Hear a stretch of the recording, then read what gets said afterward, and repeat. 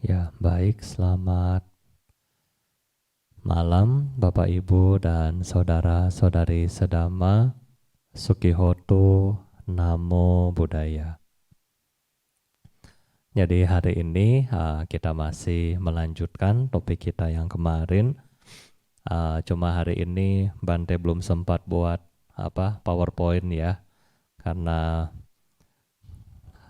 hari ini kita penuh ya. Jadi hari ini Bante hanya membaca dari yang buku yang sudah ditranslate. Dan kemarin kita membahas tentang bagaimana pikiran ya, bagaimana tentang pikiran, dan pikiran ternyata ya sebagaimana Bapak Ibu sudah tahu, pikiran-pikiran ini tentunya sangat berpengaruh terhadap kebahagiaan dari Bapak Ibu. Seperti hari ini lagi PSBB dimulai kembali, ya kan? Bagaimana Bapak Ibu kemudian merasakan, ya kan? Bagi sebagian orang, ya akan bilang penambahan berat badan ya. Dan ada yang lain juga tambah pusing, tambah stres karena takut omsetnya turun, takut apalagi, ya kan? Pendapatannya berkurang, bagi karyawan juga sama. Semua mempunyai ketakutan masing-masing. Nah, ketakutan masing-masing ini berasal dari mana? Yaitu berasal dari pikiran-pikiran kita sendiri, ya. Ketakutan berasal dari pikiran kita sendiri, oleh karena itulah pikiran kita yang harus kita benahi, yang harus kita sungguh-sungguh benahi. Nah, kenapa pikiran kita penting untuk kita benahi? Nah, pikiran kita sangat penting untuk Bapak Ibu benahi karena kembali lagi kepada yang sudah Bante pernah bahas sebelumnya, yaitu di mana batin ya, batin dari Bapak Ibu sendiri adalah Buddha. Sehingga kalau batin kita adalah Buddha, yang menentukan batin kita ini siapa? Yaitu pikiran kita sendiri.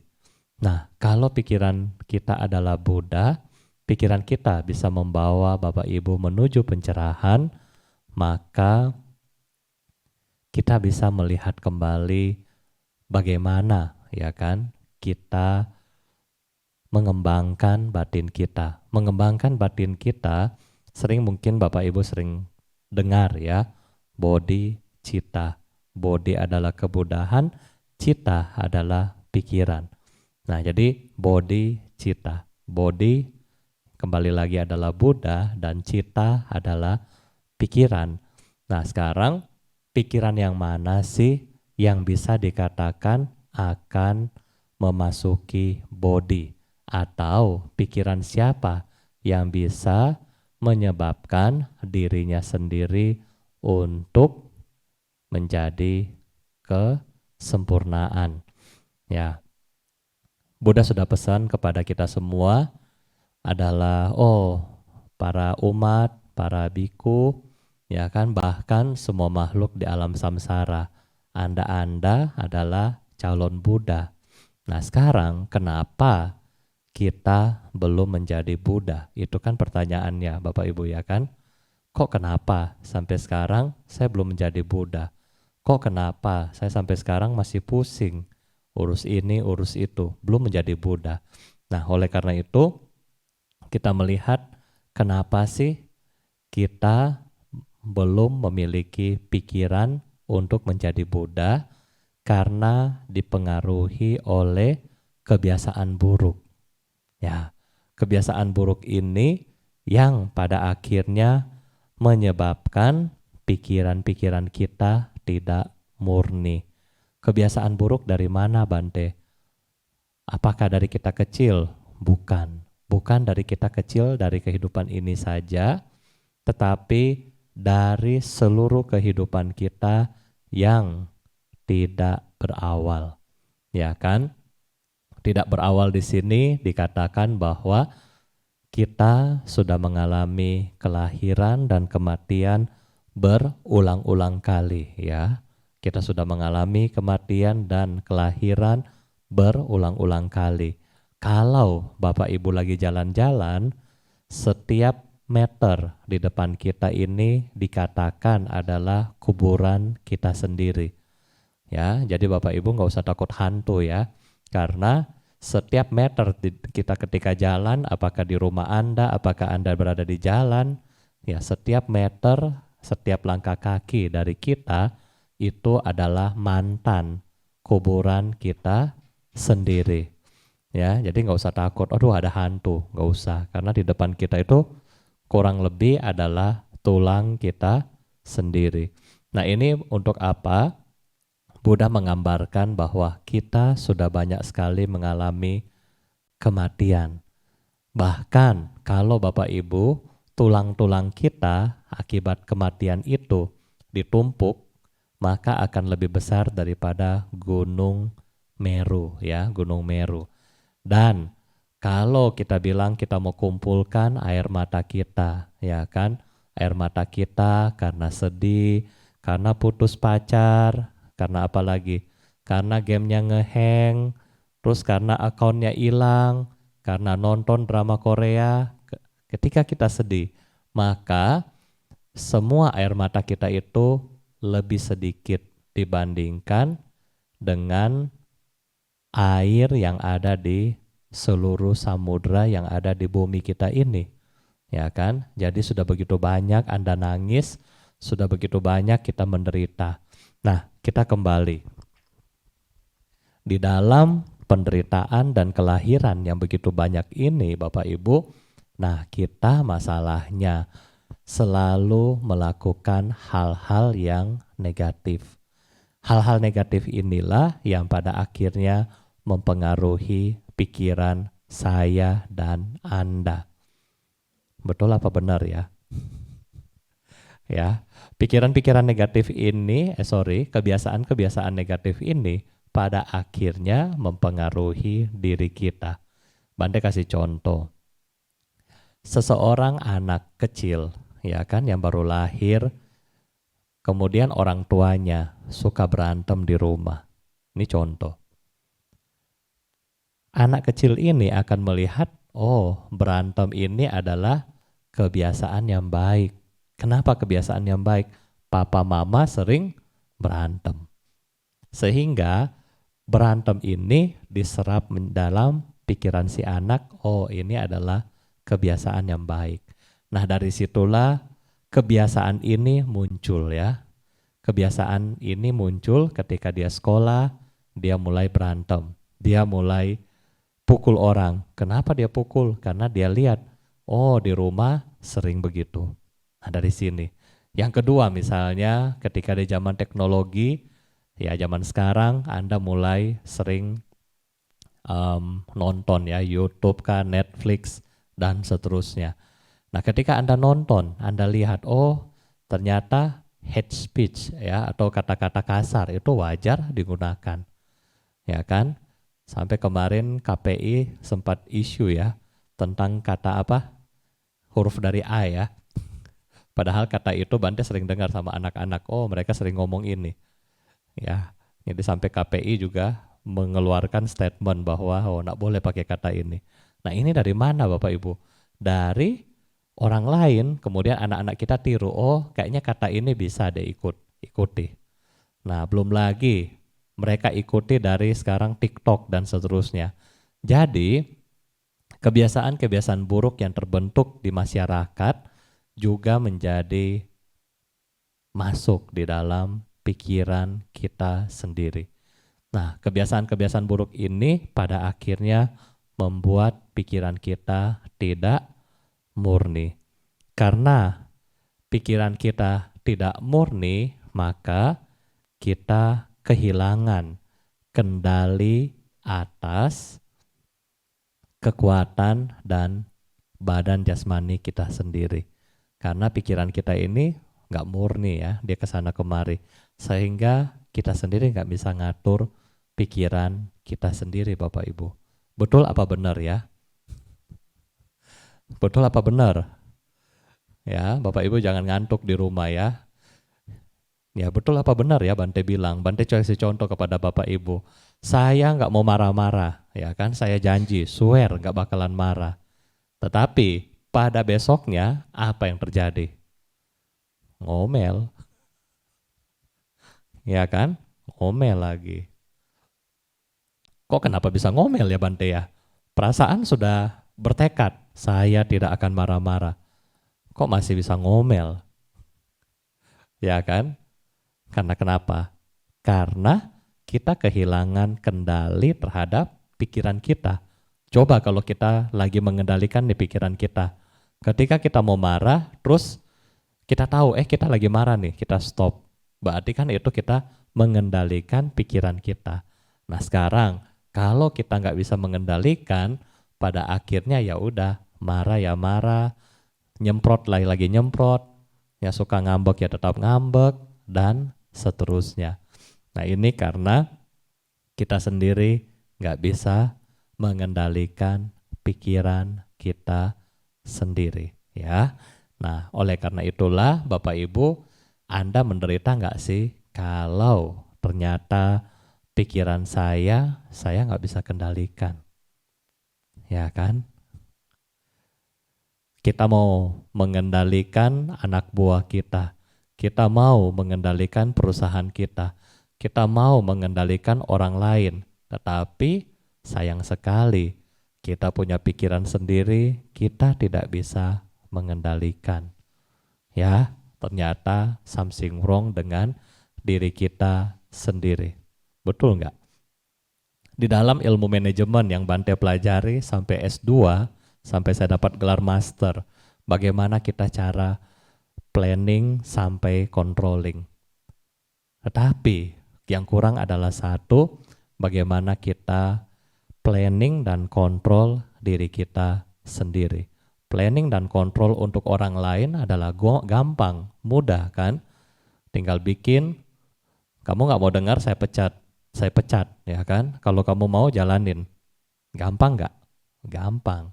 Tetapi lebih susah ketika kita mengendalikan diri kita sendiri, pikiran kita sendiri. Padahal bukankah semua yang kita punya adalah milik kita? Tetapi kenapa ya pikiran kita sendiri kita nggak bisa kendalikan? Pernah nggak pikir begini Bapak Ibu ya? Ya kan, pikiran kita sendiri kok nggak bisa pengendalian ya? Padahal kalau saya mau suruh nih orang, datang ya besok jam 7 pagi, kalau terlambat saya pecat, dia akan datang. Tetapi saya sendiri belum bisa, karena ya pikiran kita sendiri yang belum kita kendalikan.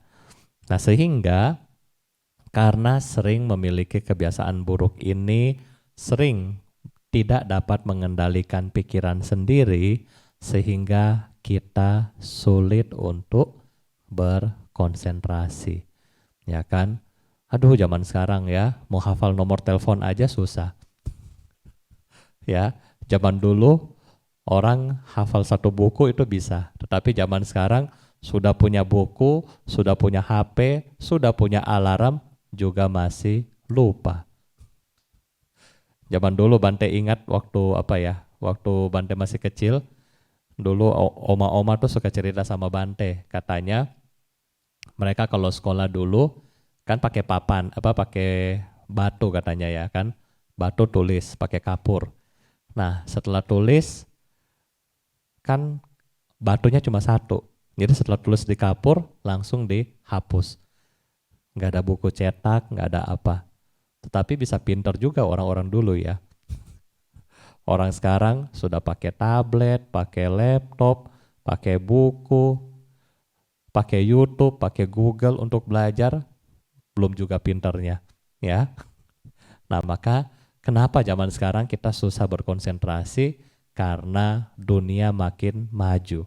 Ketika dunia makin maju, maka kebiasaan dari masing-masing orang akan muncul, terutama di dalam multimedia. Oh, kita lihat yang ini begini, kita lihat yang ini begini, kita lihat yang ini begini, kita lihat yang ini begini. Akhirnya apa yang terjadi?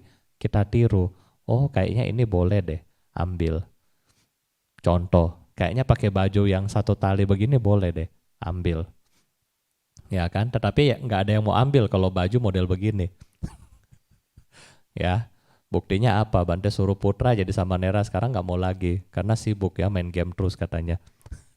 Nah itu, jadi sekarang yang susah adalah zaman karena kebiasaan-kebiasaan orang ini berbeda-beda sehingga kita akan menganggap oh cara seperti ini itu adalah hal yang gampang, hal yang mudah.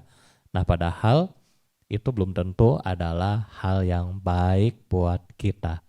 Nah kita lihat hal yang salah, akhirnya kita adopsi. Akhirnya kita adopsi karena apa? Karena keinginan kita untuk mau sama seperti dia. Contoh, kitanya nggak ganteng, ya kan? Kita lihat Lee Min Ho. Kok Bante tahu? Iya ada di iklan kan, iklan apa? Kopi luwak. Oh, Lee Min Ho. Saya mau dong bikin muka saya kayak Lee Min Ho. Bisa nggak zaman sekarang? Bisa, ya kan? Tinggal terbang ke Korea, ini copy paste langsung dibikin sama ya, tetapi itu adalah hal yang ya boleh sih dilakukan, tetapi itu berarti kita tidak menghargai kita punya diri sendiri ya.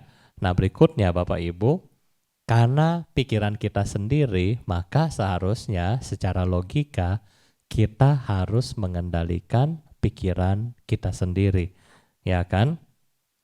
Jadi kalau kita tidak bisa mengendalikan pikiran kita sendiri, maka inilah sumber masalah. Di situ emosi-emosi negatif muncul, di situ kemarahan makin besar, di situ keserakahan makin tinggi, dan hubungan kita dengan teman-teman kita menjadi masalah. Selain teman-teman sama kita masalah, juga ini yang menyebabkan kita untuk terlahir kembali di alam-alam yang tidak baik atau hanya terputar-putar di alam samsara. Nah, oleh karena itulah penting bagi kita Bapak Ibu untuk benar-benar mengendalikan pikiran kita, ya kan? Nah, kalau misalnya kita sudah tahu sebab dari pikiran yang tidak bisa berkonsentrasi adalah kebiasaan buruk. Jadi pertanyaan Bante kepada Bapak Ibu hari ini, untuk mengatasi kebiasaan buruk apa yang harus kita kerjakan? Kalau kita mau mengurangi kebiasaan buruk, berarti harus ada yang kita kerjakan satu, yaitu mulai menumbuhkan kebiasaan yang baik. Betul nggak? Karena di dalam satu diri kita, di dalam satu state, satu event, tidak mungkin ada kebiasaan buruk dan kebiasaan baik yang jalan bersamaan. Sehingga salah satu dari ini kita harus buang.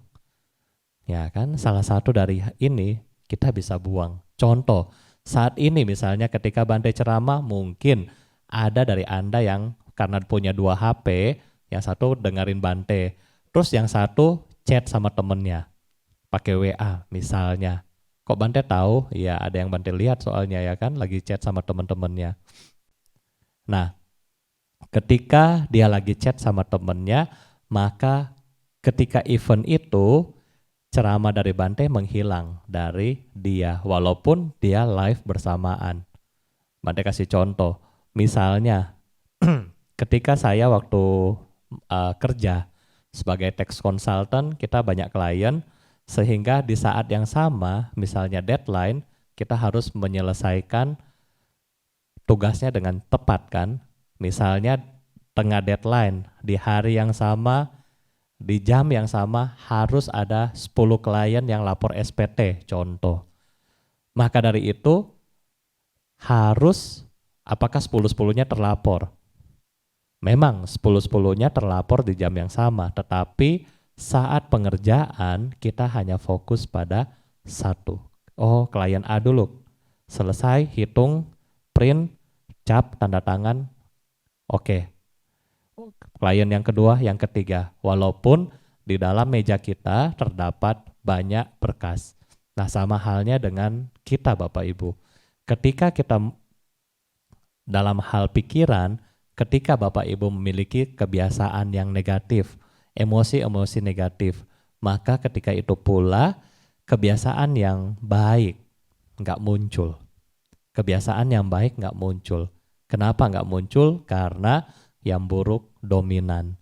Tetapi kalau Bapak Ibu mau bertekad untuk apa? Untuk mengendalikan pikiran Anda, maka cuma gampang satu. Kita mengambil kebiasaan buruk kita simpan, kemudian kebiasaan yang baik kita masukin di event yang itu. Cuma ini. Nah, setelah kita mulai memproduksi kebiasaan yang baik, disitulah Bapak Ibu mulai pelan-pelan mengamati kekuatan pikiran kita. Ya, tetapi harus ingat ketika kita mulai mengembangkan kebaikan, kita harus sabar. Ya dong, hari ini baru latihan, mau langsung suci bagaimana? Sedangkan kehidupan kita sebelumnya begitu panjang, ya kan? Nah, sehingga kita harus tekun dan sabar ketika kita melakukan, menumbuhkan kebiasaan yang baik. Oleh karena itulah, kenapa PR Bante kasih kepada Bapak Ibu, ya kalau yang baru pertama kali ikut mungkin dari bulan Maret.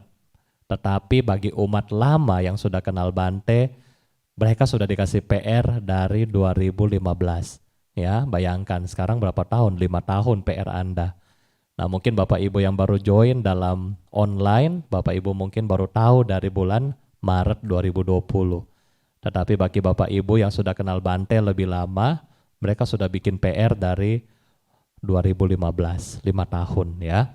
Kenapa? Karena untuk membuang kebiasaan yang buruk dan kita ganti dengan kebiasaan yang baik. Jadi hanya itu Bapak Ibu. Hanya itu adalah dasar kita untuk memperoleh pengendalian terhadap pikiran kita sendiri. Nah, mungkin waktu ini masih banyak sekali, ya kan? Bante sampai karena nggak bisa itu Bante tulis ya buat Bapak Ibu.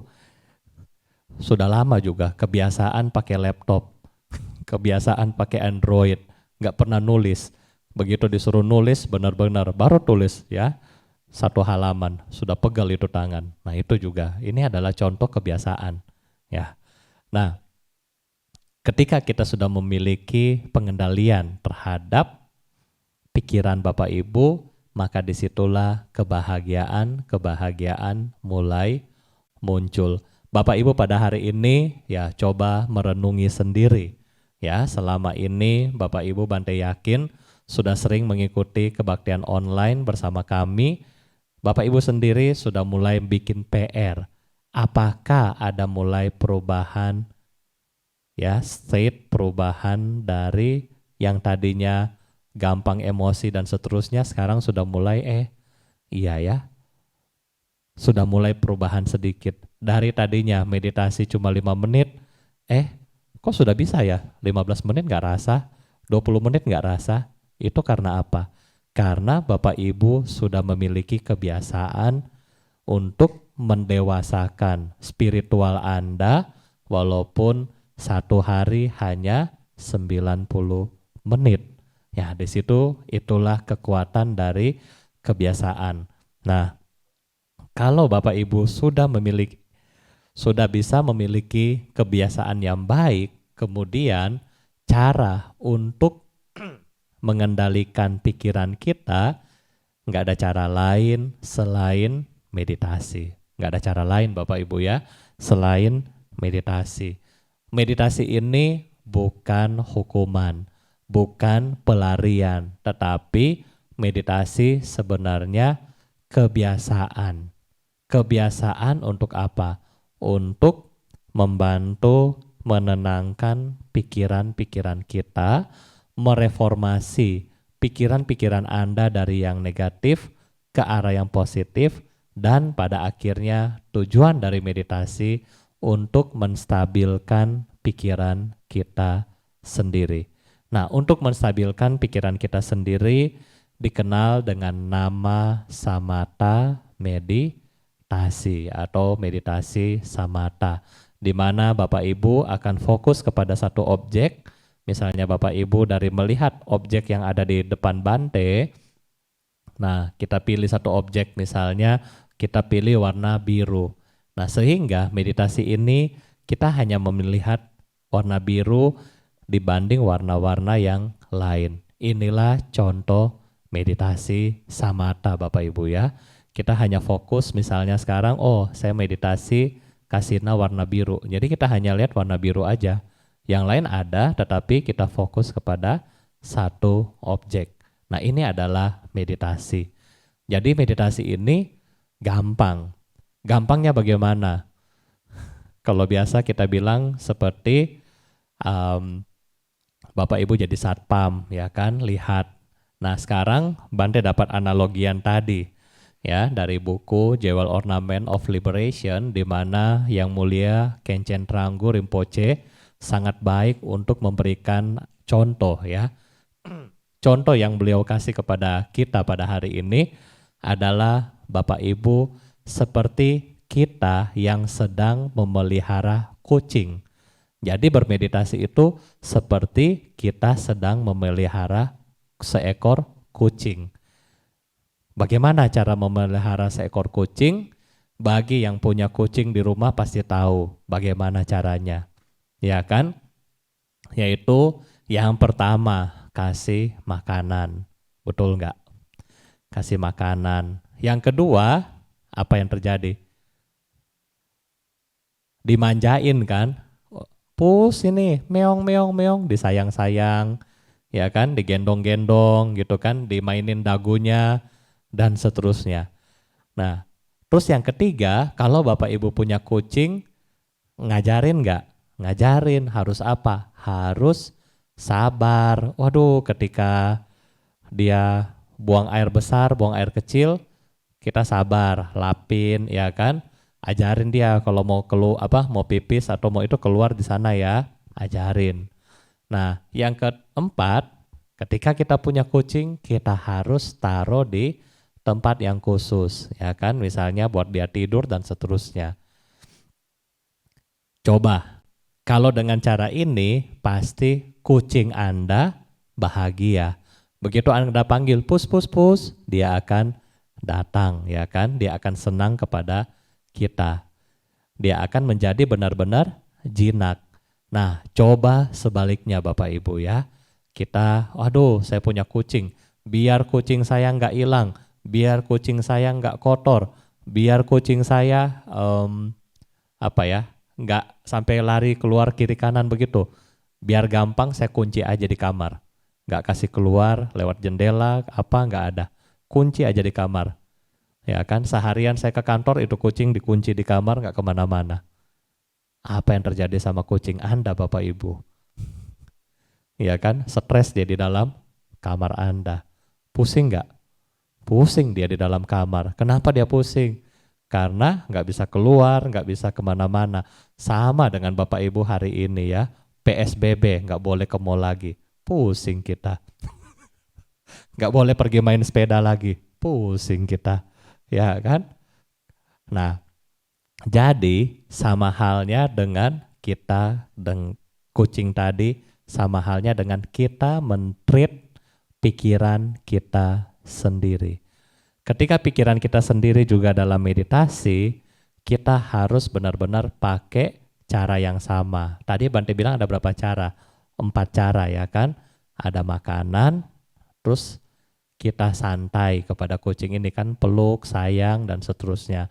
Kita juga sabar. Dan yang keempat ada tempat sendiri. Sama halnya dengan ketika Bapak Ibu mulai bermeditasi. Kita juga pakai 4 hal yang sama. Yang pertama, makanan. Mau kasih apa sama pikiran kita? Kasih objek meditasi. Ya, dalam hal samatha, Bante sudah kasih info kepada Bapak Ibu dalam ceramah sebelumnya, di mana samatha memiliki 40 objek. Nah, dikasih makanan. Yang kedua Bapak Ibu, dikasih kasih sayang. Pikiran ini dia biarkan rileks. Ya, rileks. Hanya mengamati nafas. Nafas masuk, nafas keluar. Hanya amati. Kalau nafasnya nggak ada atau hilang misalnya, nggak usah stres. Dah, kok nafas saya hilang? Cari nafasnya. Padahal nafasnya masih ada di sini. Cuma nggak konsen. Jadi nafasnya seakan-akan hilang. Nah ini yang kedua. Jadi ketika itu kita rileks aja. Oh kok hilang ya? Ya udah balik lagi kepada objek. Oh ya ada lagi muncul. Tahu. Oh ini nafas masuk, nafas keluar. Tahu. Oh ini masuk, ini keluar. Ya jadi kita rileks.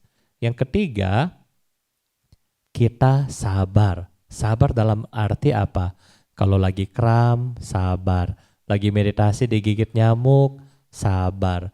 Lagi meditasi anak kita lagi dengar musik, sabar. Ya kan? Lagi meditasi kecium bau Indomie, sabar.